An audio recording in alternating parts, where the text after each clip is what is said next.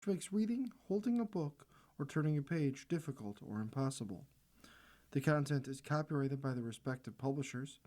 For more information, please visit us on the web at nfradioreading.org. Welcome to Around Our Area, a weekly look at community newspapers from around Western New York. Your reader for this hour is Will Evans. And we'll lead off with the Amherst Bee. Our first article, Team Effort Saves Williamsville South Student's Life After Cardiac Event. During a physical education class on May 21st, Williamsville South High School freshman Ian Totunji experienced a medical emergency and collapsed on the turf. Students and staff then went into action, administering life-saving measures including CPR and the use of an automated external defibrillator until first responders arrived. At the June 9th Williamsville Central School Board of Education meeting, those individuals who had a hand in helping save Tutunji's life were recognized by the board. Tonight, I am proud to share that thanks to their combined efforts, Ian Tutunji, who suffered the medical emergency, is here with us tonight, said WCSD Superintendent Darren Brown Hall. Those who had a hand in Tutunji surviving the incident included Ryan Hayes, physical education teacher, Travis Denman, physical education teacher, Sandy Pinella, registered nurse/school nurse, Patrick Lester, assistant principal athletic director, Cruz Ramos, sophomore/certified lifeguard, and Daniel Gurzoni, senior/volunteer fireman and EMT. With a simple thank you does not measure the magnitude of this moment. On behalf of this district, I want to thank you all for your courage and selflessness, Brown Hall told the group. I don't remember much of my cardiac arrest, said Tutunji while at the podium, but I know that Coach Denman, Mr. Hayes, Ms. Pinella, Mr. Lester, Daniel, and Cruz saved my life, and I just wanted to say that I'm very thankful for them, and I'm happy to be here today. Ian's mother, Lindsay Tutunji, said, so remarkable, textbook, hospital-like, and unbelievable were just a few of the words used to describe the fast-acting, life-saving care provided by the heroes being honored tonight. She added, most sudden cardiac arrest victims don't have the outcome that Ian did, and because of all of them and the AED that was available, our boy is here today. They saved his life.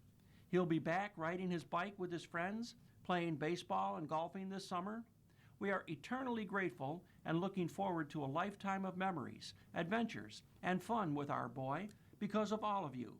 So, from all of my family, thank you. Williamsville South Principal Keith Boardman said, in education, we spend a lot of time training for things that we hope never happen. It is the moment that you fear as an educator, the phone call that you get, the radio call that happens. It is one of those things that's very difficult to describe in the moment, but I will tell you that I would not want to work at any other place with any other people. I knew when I heard who was out there and who was helping that we were in good hands. And I'm so proud of all of these guys, Boardman said. He was also amazed with Ian, who was fighting to get back to school. Town of Amherst Supervisor Sean Lavin, who was present at the school board meeting, stated, May 21st hit us pretty hard in the town of Amherst as well. We were tracking this in real time, and I had spoken with Ian's dad, and I was so overcome with emotion, with the passion, the care. So we just want to recognize on behalf of the town of Amherst all the incredible individuals who went above and beyond to make a difference to save Ian. And we're blessed to have him in this town. Lavin then went on to recognize the lifesavers. These individuals responded swiftly during a medical emergency, remaining calm under pressure and working seamlessly as a team to provide life-saving care until first responders arrived. The supervisor then presented proclamations to the individuals who played critical roles in saving Ian's life. One of the lifesavers, Gurzoni, said he had never met Ian before the medical incident, adding that he was driving in for a sports team practice and saw a teacher run out with an automated defibrillator. Gurzoni said he thought the person in distress was a teacher. I don't think anything could have prepared me to see a student there. I've been in a situation, many times with a fire company. I've always been able to prepare myself, and that was the first time I've had someone that young, and it's very different. It was tough. He said training took over, adding that he joined the Maine Transit Junior Firefighter Program when he was 14 as a freshman, and then joined the Swarmville Fire Company at 16 and took his basic EMT course. Truly, it was an effort of right people, right time, right place, right training, said Christine Hall, District Medical Director and Nurse Practitioner. Really, knowledge is power. We really look for our AEDs to be accessible. We want them to be used. We hope we never have to use them, but that's why they're there. And this is why they're there to truly save a life. She confirmed that the district will continue to enhance its trainings. I know that this family is fully behind advocacy and building awareness, and we hope to continue that with the family and really use your situation and your story to help with that process and that response. That's so important, said Hall to the Tatunji family during the press conference. Ian's mom later acknowledged that proper training, such as what happened with her son, is needed to save a life. She said that most teenagers pass away from cardiac arrest if they are in a setting where an AED and proper training aren't available. Ian's father, Freddie Tatunji, added, "We're more health conscious now, just making sure that Ian's okay and taking it easy. And he's into sports. He's just got a month and a half for his rehab, and then we can ease him back into sports." Freddie said his wife initially got the call about Ian's medical situation. He was treated at Golisano Children's Hospital, formerly Oshai Children's Hospital. Dr. Rebecca Pratt of Golisano stated it was a team effort. They saved Ian, and they made it possible for me to keep doing my job with Ian. Lindsay Tatunji said the impact the medical situation had on her family is, "We've always been grateful. We're obviously much more grateful. We love our school community. We love where we live in our Williamsville South community." She stated that this situation has brought to light that her family lives in a special place. Ian, whose cardiac event was ventricular fibrillation, according to his mother, said that he feels pretty good and is getting better every day. "I don't remember anything that happened that day. I kind of just remember waking up in like a hospital bed and asking my mom what happened. And she said I had a cardiac arrest. And I was just very fortunate to wake up that day and see all my family sitting next to me, supporting me, making sure I was okay, and all the doctors." Our next article is headlined, "Randall Church to Celebrate 200 Years." Randall Church, located at 6301 Main Street, is celebrating the 200th anniversary of its founding this summer.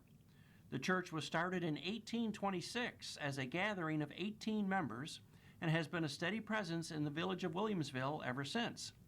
The church is celebrating its heritage of faith and looking forward to the next generation.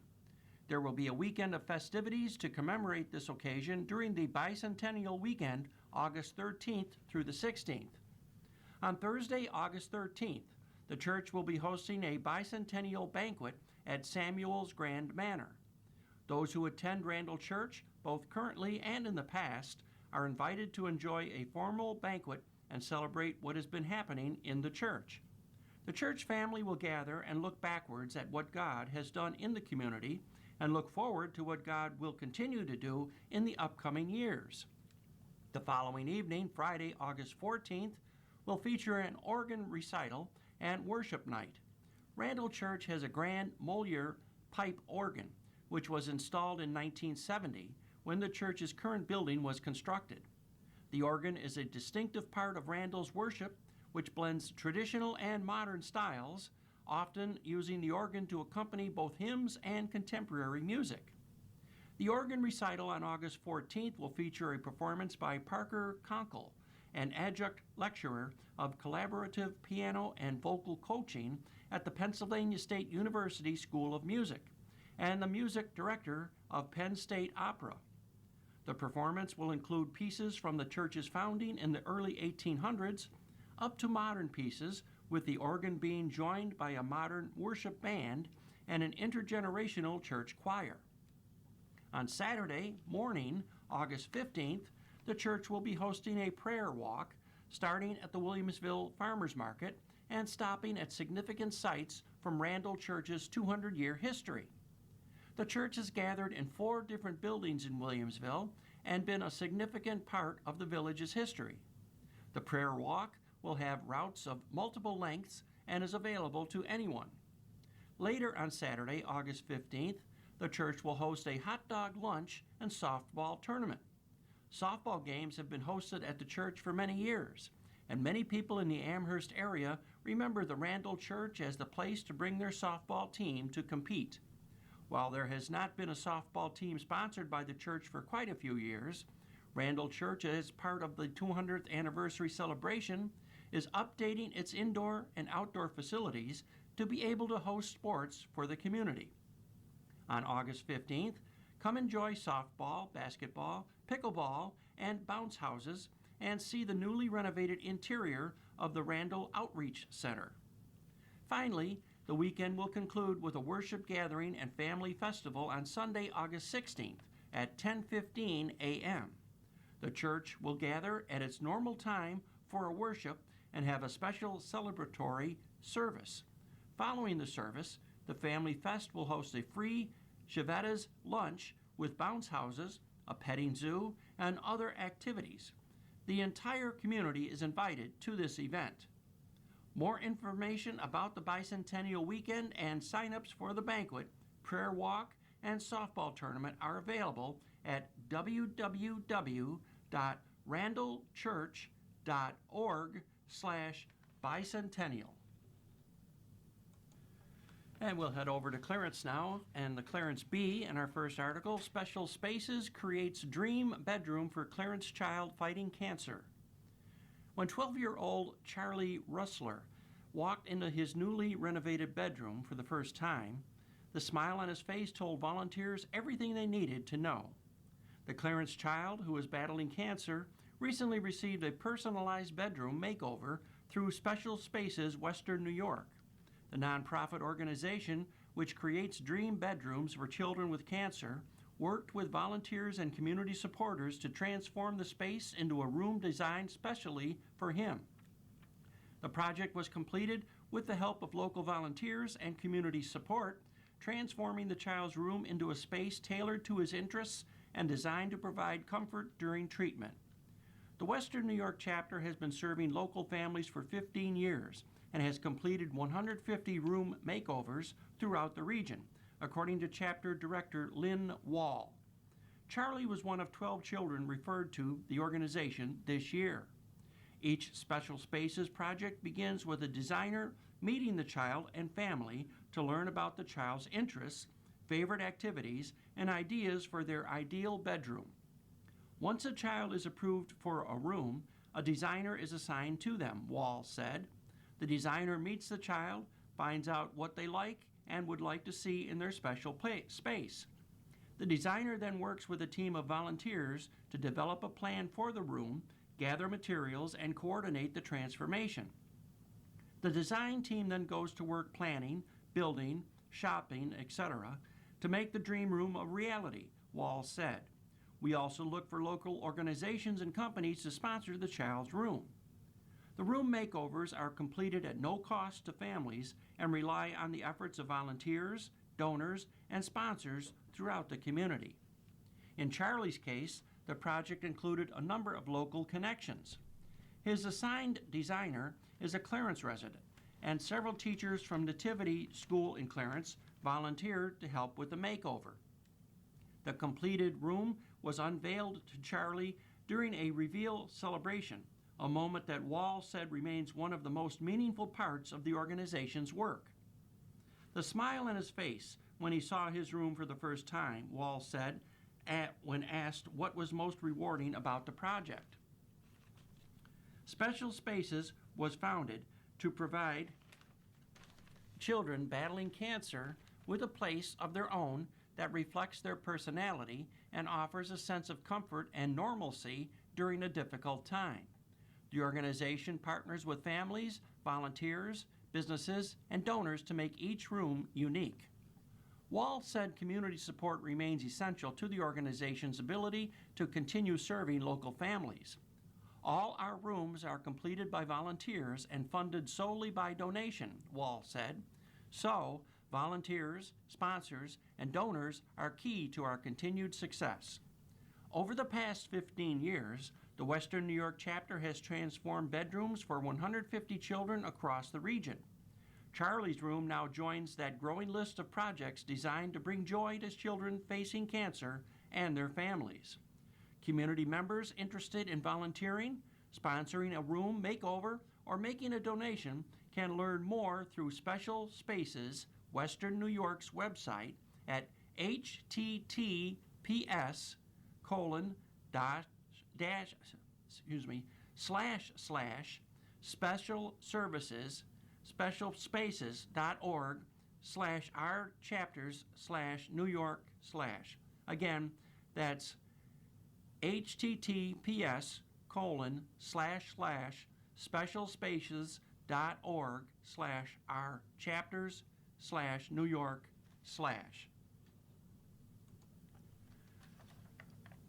You're listening to Around Our Area on the Niagara Frontier Radio Reading Service. The time is 16 minutes past the hour. And we'll continue in Clarence with our next article written by Patrick Casilio, Town of Clarence Supervisor. Clarence's connection to America's 250th anniversary. As our nation prepares to celebrate the 250th anniversary of the Declaration of Independence this 4th of July, it is worth reflecting on what that milestone means here in Clarence. When the Declaration was signed in 1776, there was no town of Clarence, no Erie County, and no city of Buffalo.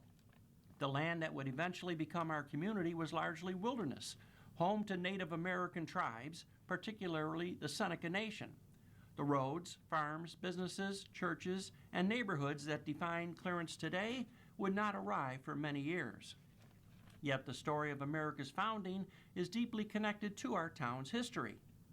Although Clarence was not officially established until 1808, many veterans of the Revolutionary War eventually made their homes here.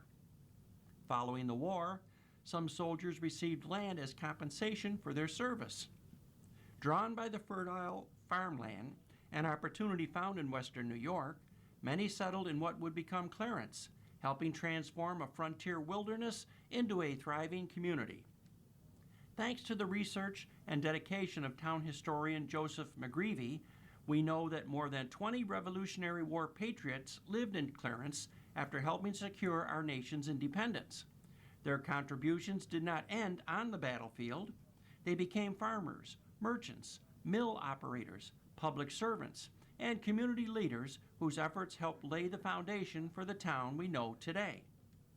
Among them was Francis Carr, who operated a sawmill in what is now Clarence Hollow and later served as Clarence's first town supervisor.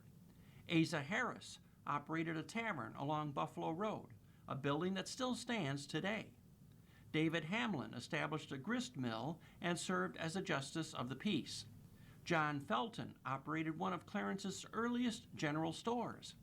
Nathaniel Fairchild served as town clerk, while Ephraim Derrick was a member of the town council and is believed to have been Clarence's first postmaster.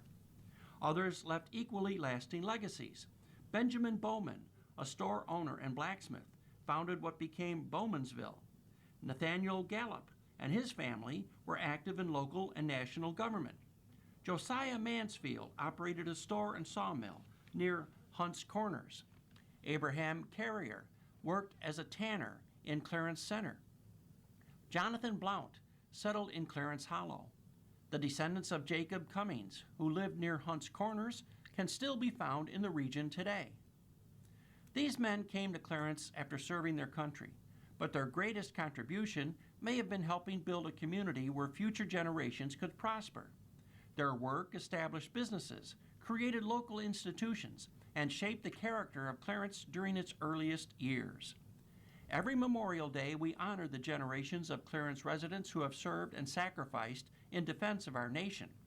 This year's observance was especially meaningful as we welcomed longtime Clarence resident and Gold Star father David Byers as our featured speaker at the Clarence Veterans Memorial.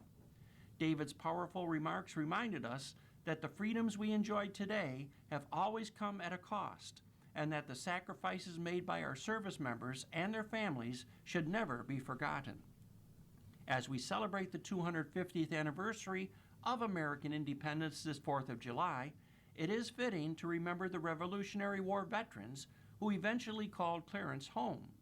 Their service helped create a nation, and their work helped build the community we cherish today.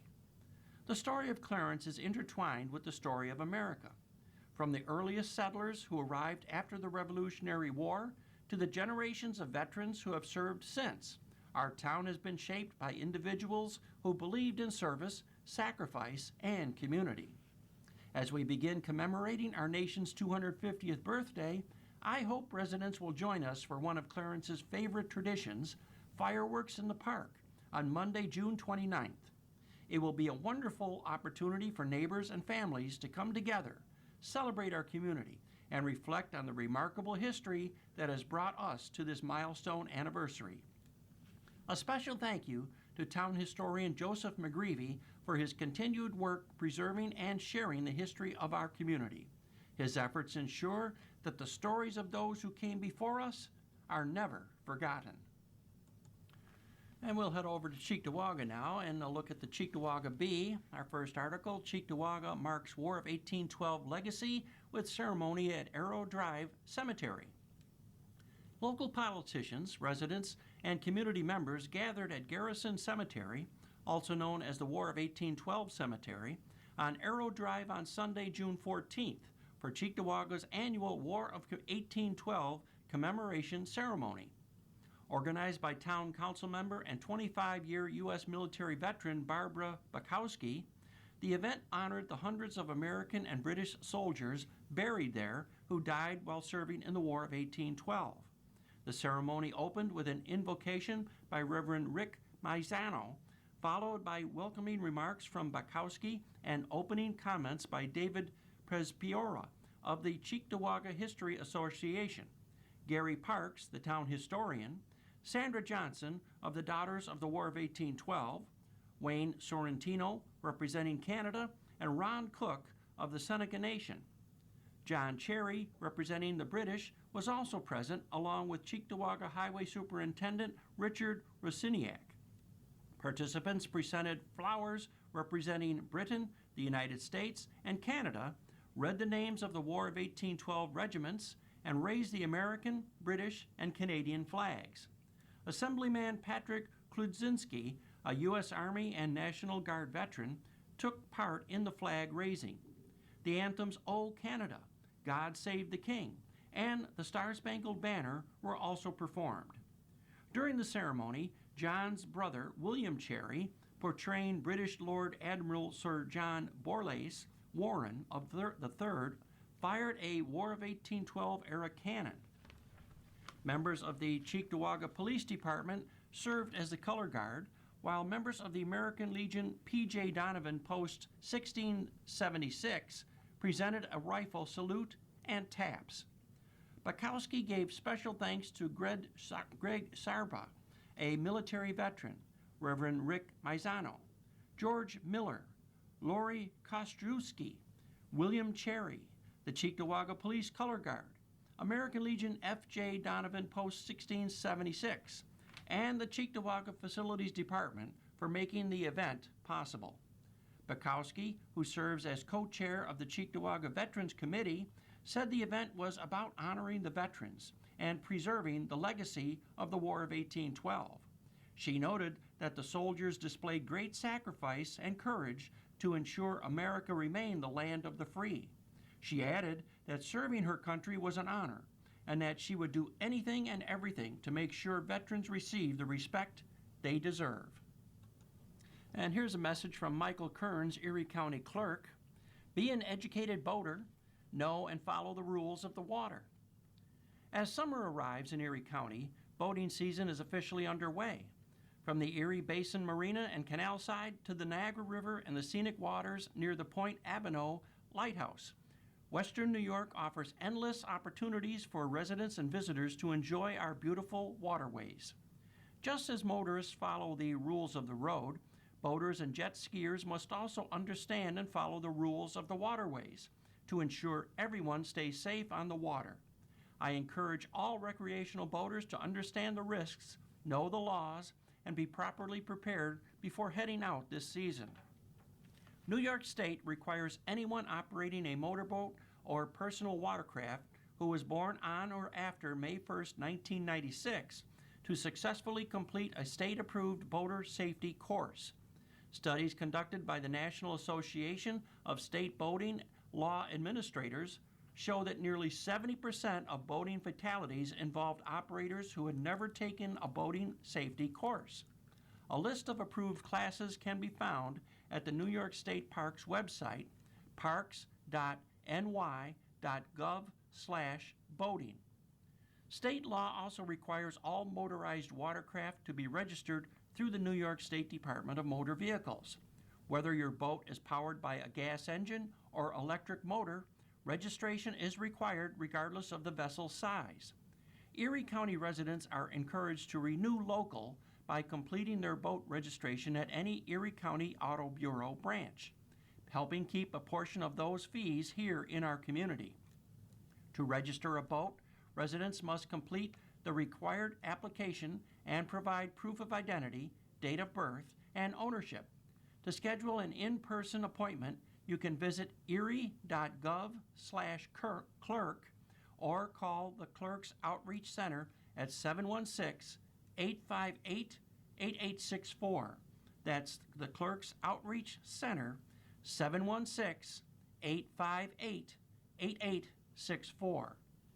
Boaters should also remember that operating a vessel while impaired by alcohol or drugs is illegal and extremely dangerous. Alcohol remains a leading factor in boating fatalities nationwide, impairing judgment, coordination, and reaction time. New York State also imposes strict penalties for underage operators caught drinking while operating a vessel, including suspension or revocation of operating privileges. One of the simplest and most effective ways to stay safe on the water is by wearing a life jacket. Statistics show that the overwhelming majority of recreational boating drowning victims were not wearing one at the time of the accident. Wearing a life jacket and ensuring every passenger does the same can save lives. Our waterways are one of Western New York's greatest summer attractions. By boating responsibly, following safety laws, and looking out for one another, everyone can enjoy a safe and memorable season on the water. Boat smart, boat responsibly, and have a safe summer.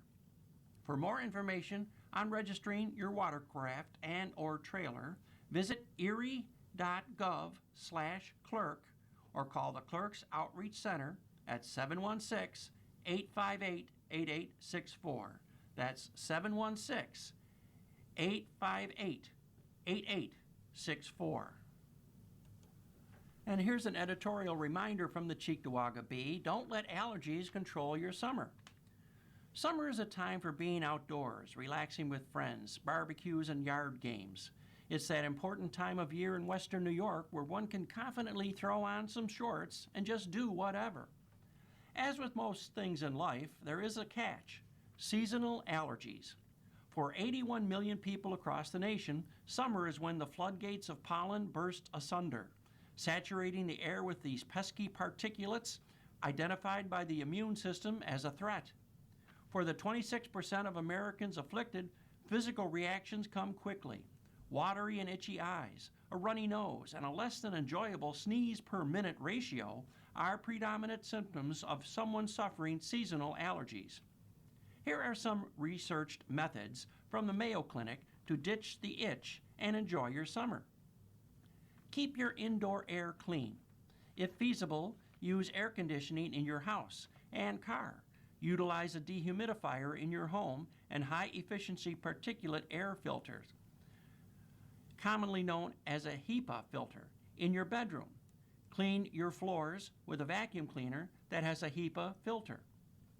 Rinse out your sinuses. Use a saline solution for nasal irrigation to clear out the mucus and allergens caught inside sinuses. Homemade solutions should have 1 quart or 1 liter of water, 1.5 teaspoons or 7.5 milliliters of canning salt, that is, and 1 teaspoon, 5 milliliters of baking soda. Using clean water, rinse the irrigation device every use. Let the device dry in the open air. Use over-the-counter remedies, oral antihistamines, corticosterol nasal sprays, cromolyn sodium nasal sprays, and oral decongestants have all been proven as effective treatments in some individuals for treating the onset of summertime allergies. If all the above aren't doing the trick, it might be time to check with your physician to get a breakdown of what may help you most. For extreme sufferers of summertime allergies, doctors may order blood and skin tests to help determine what exactly triggers a response in your immune system. For some people, allergen immunotherapy, allergy shots, or tablets given under the tongue can be a successful way to curb your body's response to allergens in the air. You are listening to Around Our Area on the Niagara Frontier radio reading service. The time is 31 minutes past the hour. And now we'll head over to Lancaster Depew and the Lancaster Depew Bee. Our first article is written by Frank J. Todaro, 8th District Erie County Legislator. Ticks, biometrics, and youth hunting top list of county issues. The Republican caucus recently sent letters to the Erie County Health Commissioner Gail Bernstein and Parks Commissioner Troy Schnitzel, requesting a conversation on what Erie County is doing to address the tick population. Tick bites can lead to Lyme disease and other illnesses, and incidents are on the rise. One concerning note, the Parks Department has issued signs in county parks saying they won't be doing as much cutting, allowing parks to go to their natural habitat. The Erie County Parks Department will need to abort the natural habitat grass growing practice and immediately begin to keep all grass areas manicured. In addition, some grass along county roads is growing quite long. This is a disservice to county residents. To keep them safe from tick-borne illnesses, Erie County must do a better job eliminating environments that allow ticks to grow. Peak tick season runs through mid-August. The rollout of the biometrics law is also troubling. Erie County has provided very little information yet, says beginning July 5th, they will penalize businesses thousands of dollars for non-compliance. Meanwhile, Erie County also states they will spend the next several months working on providing guidance to companies and businesses so they can comply. Which is it? Funeral home owners have also raised questions, saying they are now forced to deny families and friends from making keepsakes with a fingerprint from their loved ones. So many businesses have questions on what they need to do. New York State has always made it exceptionally difficult for business owners. This measure doesn't help. I am pleased that the Erie County legislature had the votes necessary to override the county's executive veto of the youth hunting law. Now hunters as young as 12 and 13 can hunt larger game with a supervising adult. There are courses for these young people to take to ensure their safety. The Department of Environmental Conservation has stated there have been 0 incidents involving young people since the measure was implemented in other New York State counties. This year marks America's 250th birthday. Because of that, some of the July 4th celebrations take on added significance. Marilla will be hosting a 2-day carnival on July 3rd and 4th, culminating in a parade and fireworks on July the 4th. All activities will take place at the Fireman's Field in Marilla. The Village of Depew will be hosting live music and other activities at Fireman's Park in Depew, finishing with fireworks on the night of July 3rd. Cheektowaga will also be hosting live music and fireworks on July 3rd at Cheektowaga Town Park. They will host their parade on the morning of July 4th. Lancaster is hosting a 3-day carnival from July 2nd to July 4th at West Main Street and Cayuga Creek Park in the village of Lancaster, culminating with the parade beginning at noon July the 4th, traveling down Erie Street, Court Street, Pleasant Avenue, and Central Avenue. There will also be a flag-raising ceremony at 7:30 a.m. on July 4th and the annual Bob Giza 10K race at 8 a.m. If you have a county-related issue, contact my office at 716-681-2071. That's 716-681-2071. Or by email at frank.todaro@erie.gov. You can also stay up to date on county government by following my Facebook page, Legislator Frank Todaro. Moving on now, YMCA to offer free swim lessons. YMCA Buffalo Niagara is offering 1,500 free swim classes to kids throughout Western New York, thanks to a new grant from the statewide NY Swims initiative. Through this effort, the Y is providing free swim lessons and water safety education to Western New York children, regardless of their family's ability to pay. Made possible through a $150,000 grant by the New York State Department of Health, the initiative supports YMCA Buffalo Niagara in providing free, age-appropriate swim lessons to children ages 6 months through 12 years, reducing financial barriers and expanding access to high-quality water safety instruction for Western New York families. Drowning remains one of the leading causes of injury-related death among children, and access to swim lessons play a critical role in prevention.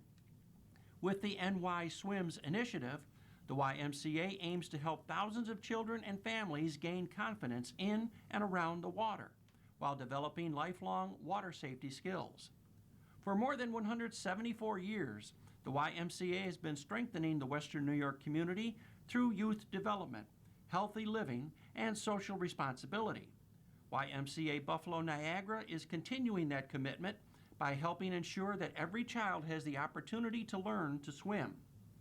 Families interested in participating can stop by any of the YMCA Buffalo Niagara's 5 locations or visit ymcabn.org or learn more about swim lessons availability and registration.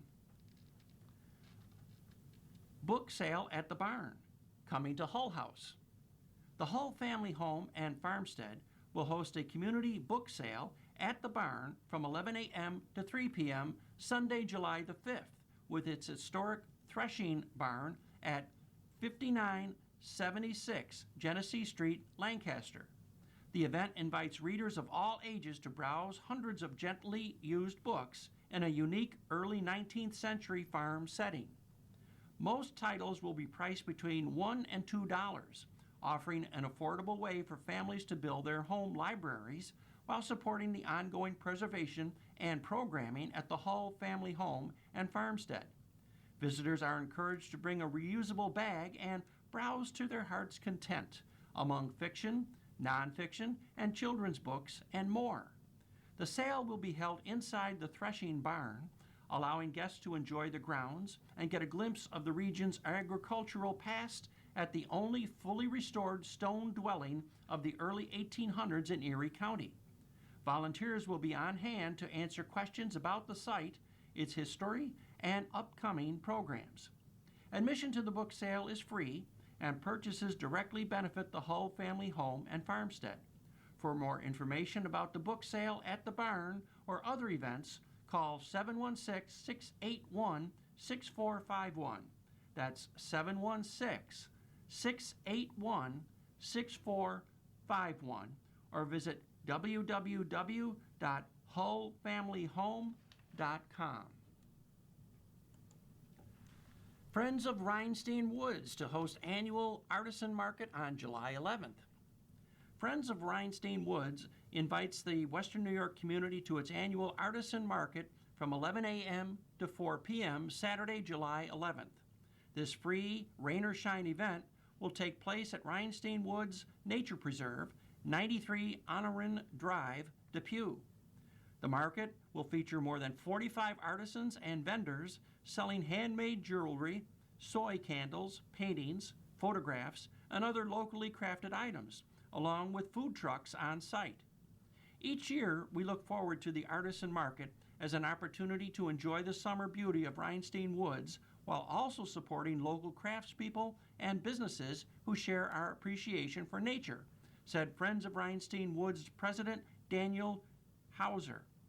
Whether you're a longtime member or a new visitor, everyone is welcome to view the always stunning art, to shop for collectibles and gifts, to savor the varied food truck offerings, and to further discover what Rhinestone Woods has to offer our community.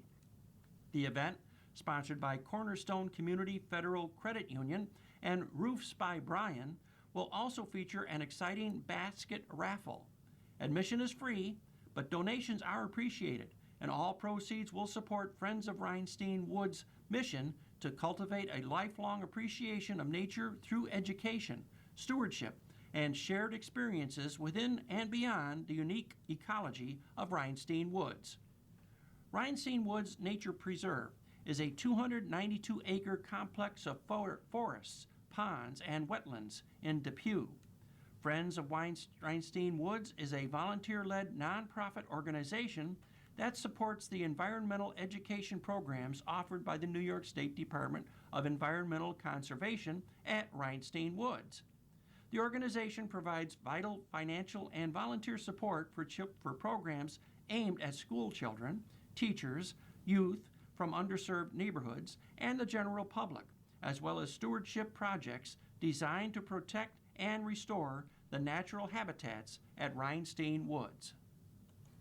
And from the Lancaster Depew Bee editorial page, cut your cancer risk. Stay safe in the sun. There are a few medical diagnoses that strike fear into every heart. Cancer is one of them. While some cancers are inherited, there are some that you can hopefully avoid by taking simple steps to greatly reduce your risk factors. And as the weather steadily improves and we soak up some much-needed sun, taking just a minute or two to apply sunscreen can drastically reduce our odds of getting skin cancer. The following tips, adapted from a post on the FDA website, can help you to stay safe by picking a good sunscreen and using it properly. Use broad-spectrum sunscreen. This will protect you from both UVA and UVB rays. Use SPF 15 at minimum. Individuals with lighter skin should consider SPF ranging from 30 to 50. One of our editors has been known to reach for SPF 100 in tropical climates. SPF is the level of protection from sunburns, and despite a common myth that we ourselves fell victim to in our editorial from 2021, it has nothing to do with the amount of time you can spend in the sun. Put your sunscreen on 15 minutes before sun exposure. Apply sunscreen everywhere. People often forget the ears, nose, and lips, hands, back of the neck, top of the feet, hairline, and areas where thin hair exposes their head. Reapply sunscreen every 2 hours at minimum. No sunscreen is truly waterproof, so if you're sweating or in the water, you'll need to reapply more often. Your sunscreen will have instructions on its container. Do not use expired sunscreen, as it may no longer be effective. Keep your sunscreen out of the sun and heat, whether in the shade, covered with a towel, or in a cooler. The FDA has not authorized the marketing of non-prescription sunscreen products in the form of wipes, towelettes, powders, body washes, or shampoos. Carefully read the labels of any non-U.S. sunscreen you may purchase, as they are not subject to the same regulations. In addition to protecting yourself with sunscreen, the FDA recommends limiting your sun exposure, especially between the hours of 10 a.m. and 2 p.m., and using clothing as a protective barrier between your skin and the sun. While the risk of skin cancer is scary, we personally will not let it stop us from living our lives and enjoying the always too short summers here in West Seneca and Western New York. But we're going to be smart about it with plenty of sunscreen and breaks in the shade, and we heartily encourage you to do the same. Stay safe and enjoy the summer.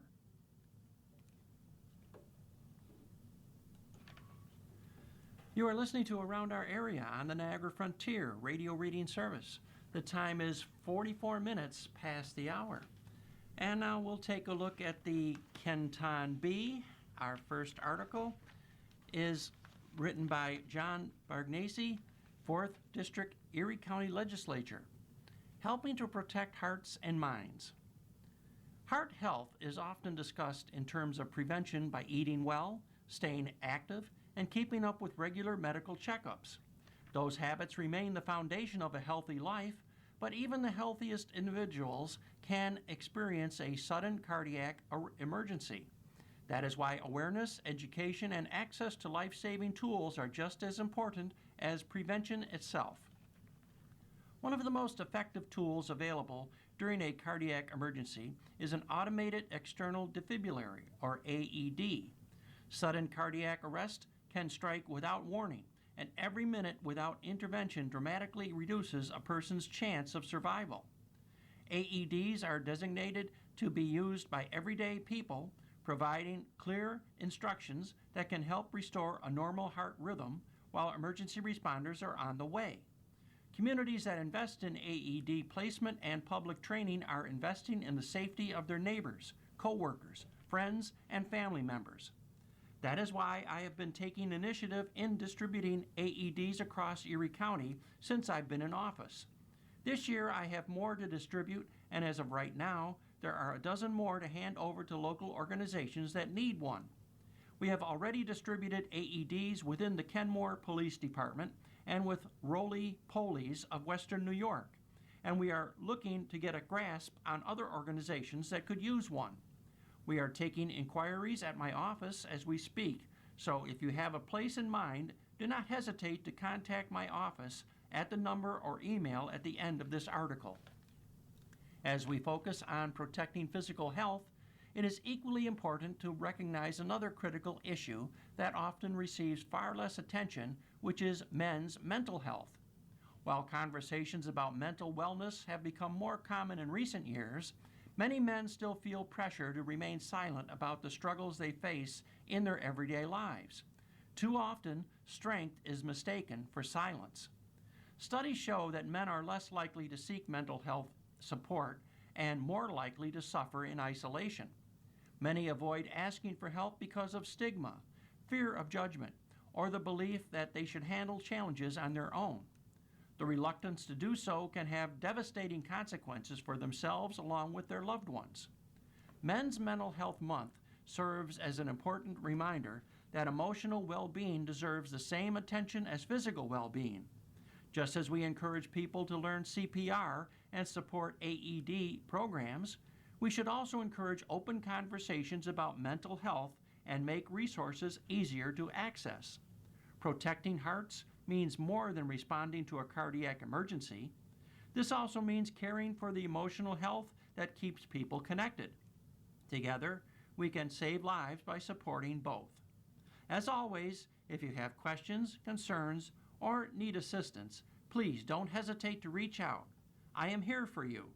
You can contact me by email at john.bargnesi.jr@erie.gov, by phone at 716-871-5905, that's 716-871-5905, or by visiting my office at 2165 Sheridan Drive, Buffalo, New York, 14223. And in a Kenton Bee related article, schedule your health screenings this Men's Health Month. Sunday is Father's Day, and in honor of the men in our lives, June is also National Men's Health Month, a time dedicated to awareness of preventable health issues and encouraging screenings and preventative care. According to a news release published by the Cleveland Clinic in September, 53% of white men and 63% of men of color say they do not get regular health screenings. On top of that, 77% of men don't know their entire family history for urological issues, and a startling 64% don't know their entire family history for cancers. Those are some scary numbers. If you aren't getting screened, you're taking a lot of unnecessary risk. You're foregoing the chance to catch cancers in their early stages. You're foregoing the chance to mitigate inherited conditions before they spiral out of control. You're foregoing the opportunity to perhaps avoid some illnesses and suffering altogether. In addition, what's normal for one body might not be normal for another. When you get health screenings regularly, it gives your doctor a chance to see a baseline for things like your weight, energy levels, and more. So when you have a rapid and unexplained change, a good doctor might pause to ask why and check for underlying conditions. At the same time, knowing your family history is important. Did Dad, Uncle, Great Uncle Joey, and Cousin Oscar all have prostate cancer? That's something you want to know and tell your doctor. Nobody likes prostate exams, but the brief discomfort might literally save your life someday. To put it bluntly, if you skip regular health screenings, you're gambling with your life. This brief editorial isn't going to convince you of that if you don't already believe it on some level, and that's not our goal here. Instead, we want to encourage anyone who has been procrastinating on health screenings, something we've been guilty of ourselves at times, to call a doctor and set up an appointment. And to the men and women among you who already value health screenings, talk to your loved ones. Make sure they're taking their health seriously. When tragedy strikes, it's all too easy to say, if only. If only I'd known it runs in my family. If only I'd gone for that annual checkup. If only we caught a couple in a couple months sooner. But if you prioritize your health, it could all be different. Thank goodness I knew it runs in my family.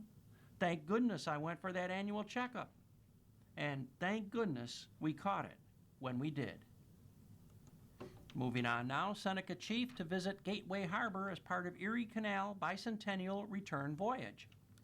The replica canal boat Seneca Chief will make a stop at Gateway Harbor on June 26th as part of the Back to Buffalo Tour, a statewide initiative commemorating the 200th anniversary of the Erie Canal and celebrating New York's maritime heritage.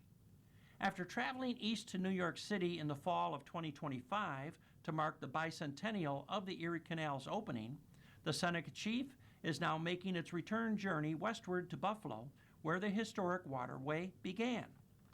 The Back to Buffalo Tour, led by the Buffalo Maritime Center, is a statewide education and community engagement effort designed to connect students, educators, and canal communities with New York's living maritime history. Running from May through October, the tour offers opportunities for learners of all ages to explore the Erie Canal through guided boat tours, hands-on demonstrations, public events, festival appearances, and the vessel's homeward voyage along the canal. The Seneca Chief serves as both a replica of the historic vessel and a traveling classroom, providing a unique opportunity for residents to experience and learn about the canal's enduring impact on New York State.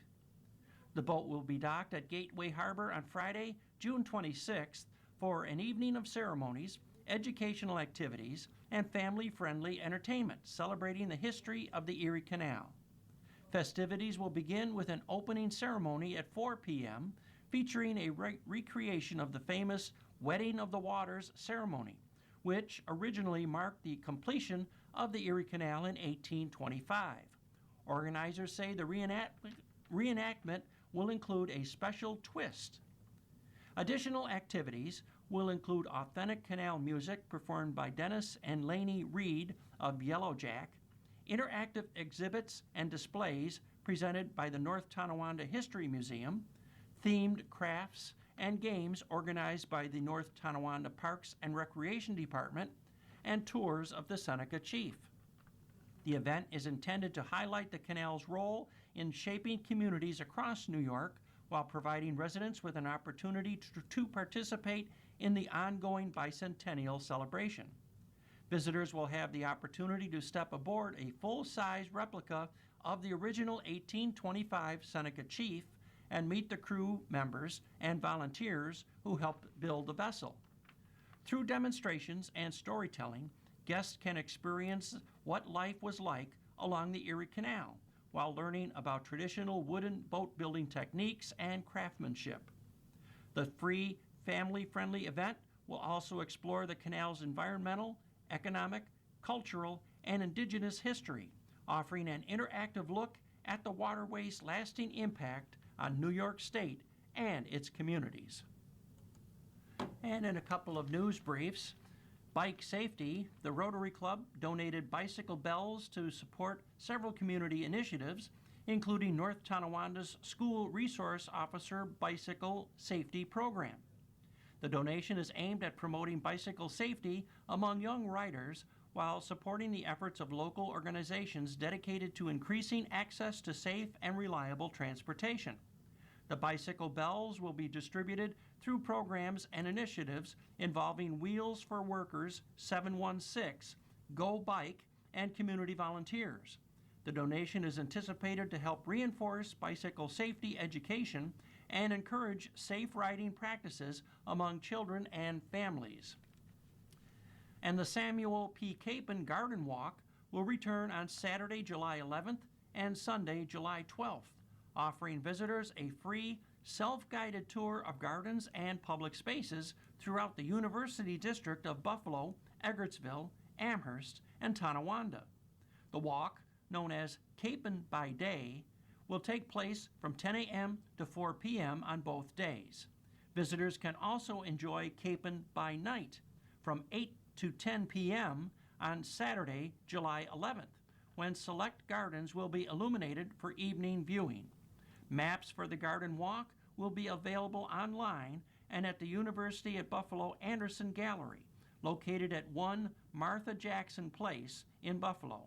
For more information, visit the event website at https://www.ourheights.org/capon-garden-walk. You've been listening to Around Our Area, a weekly look at community newspapers from around Western New York. Stay tuned for our second hour. Your reader has been Will Evans. Thank you for listening. Coming up next in the Niagara Frontier Radio Reading Service, we have a reading of our Southtowns papers, including Orchard Park, Hamburg, East Aurora, and West Seneca's B papers or Sons. At 3 o'clock, we have the Ample Eagle, and at 4 o'clock, we have the Grand Island Niagara County Tribune Sentinel. Stay tuned for these readings and more throughout the day, and contact us if you have comments, suggestions, or questions. You're listening to the Niagara Frontier Radio Reading Service. Volunteer radio readers broadcast daily readings, 24 hours a day, of newspapers, magazines, books, and other printed matter to area people who are blind or have a print disability, who are provided reading radios. The Niagara Frontier Radio Reading Service has broadcast almost 40 years of radio readings to those without sight. Our broadcast signal is provided at no charge by WNED. Radio Reading Studios are at 1199 Harlem Road in Cheektowaga.